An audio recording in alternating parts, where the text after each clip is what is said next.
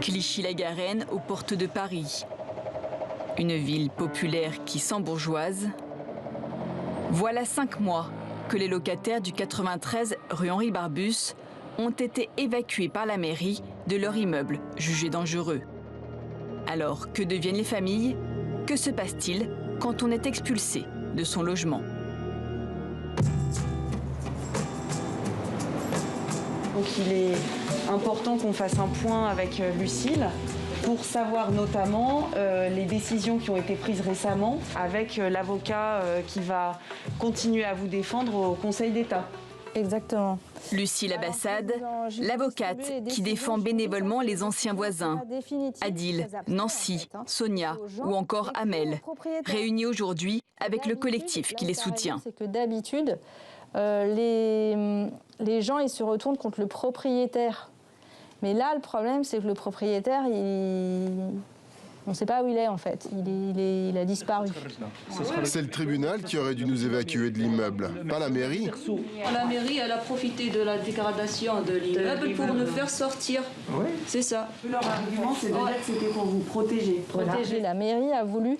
Nous, ce qu'on suppose, c'est pour récupérer l'immeuble. Mais ça, on n'a jamais pu le prouver, malheureusement. Mais tous dans cette salle n'attendent qu'une chose, un relogement. La loi prévoit que le maire peut effectivement évacuer les gens, mais doit leur faire des propositions de relogement. Et qu'au bout de 3 propositions de relogement refusées, dans ce cas-là, il peut procéder à une évacuation. Donc là, pas du tout été fait dans les règles, hein, puisque les personnes ont été évacuées en quelques jours. Hein. Voilà ce que dit la municipalité dans le numéro qui vient juste de sortir du bulletin. La ville a respecté la loi en prenant en charge les personnes titulaires d'un bail ou d'une assurance habitation. Celles qui n'avaient ni l'un ni l'autre étaient également en situation irrégulière sur le territoire national. C'est une obligation qui n'existe pas dans la loi. Le maire ne doit pas vérifier que les personnes sont en situation régulière avant de les reloger. C'est un relogement qui est inconditionnel, puisqu'on les prive de leur logement. En attendant, les locataires dépendent toujours de l'hébergement d'urgence, des amis qui les accueillent et les soutiennent. Et pour certains de la mairie, qui à défaut de logement pérenne, continue de payer l'hôtel pour près de la moitié des expulsés qui rentrent dans ces critères. Quelques 200 000 € dépensés jusqu'ici. Contactée, la municipalité refuse toute interview. La maire adjointe aux affaires sociales annule notre entretien au dernier moment. Oui, allô? Allô, bonjour madame. Vous avez eu un message, j'en ai laissé 2 depuis ce matin. Oui, Donc, en effet, il n'y aura pas de reportage, car la procédure pour cet immeuble est dans les mains de notre avocat. Terminez vos reportages, à travailler avec un son de cloche, puisque c'est comme ça que vous avez démarré. En fait, ça fait 6 semaines maintenant que je demande un rendez-vous. Si je vous demande un entretien, c'est bien pour avoir le point de vue de la mairie. Sur cet immeuble, en tout cas, on n'en parlera plus avec la presse. Ce matin, Yasmina, Amel et Adil ont rendez-vous au local associatif.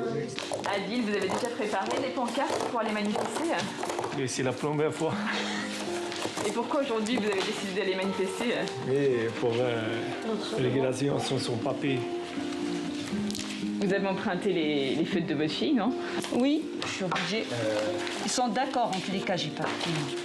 Ils ont dit, maman, vas-y, prends-les. Essentiel qu'on aura nos droits. Aujourd'hui, on va le faire devant le ministère du Travail pour demander le droit au travail. Parce que je trouve que le travail, il ouvre toutes les portes pour le logement. Parce que là, je trouve qu'on tourne dans un cercle fermé. On veut travailler, ils demandent le titre de séjour. On veut louer, ils demandent des fiches de paye. Alors, on n'arrive pas à s'en sortir. Et voilà, on est prêt. Allez, il faut qu'on se dépêche. Allez, notre électricien. Oui, allez, au revoir. Arrivés devant le ministère, plusieurs centaines de personnes sont rassemblées. Si demain j'aurai mon titre de séjour, je puisse travailler et avoir un logement.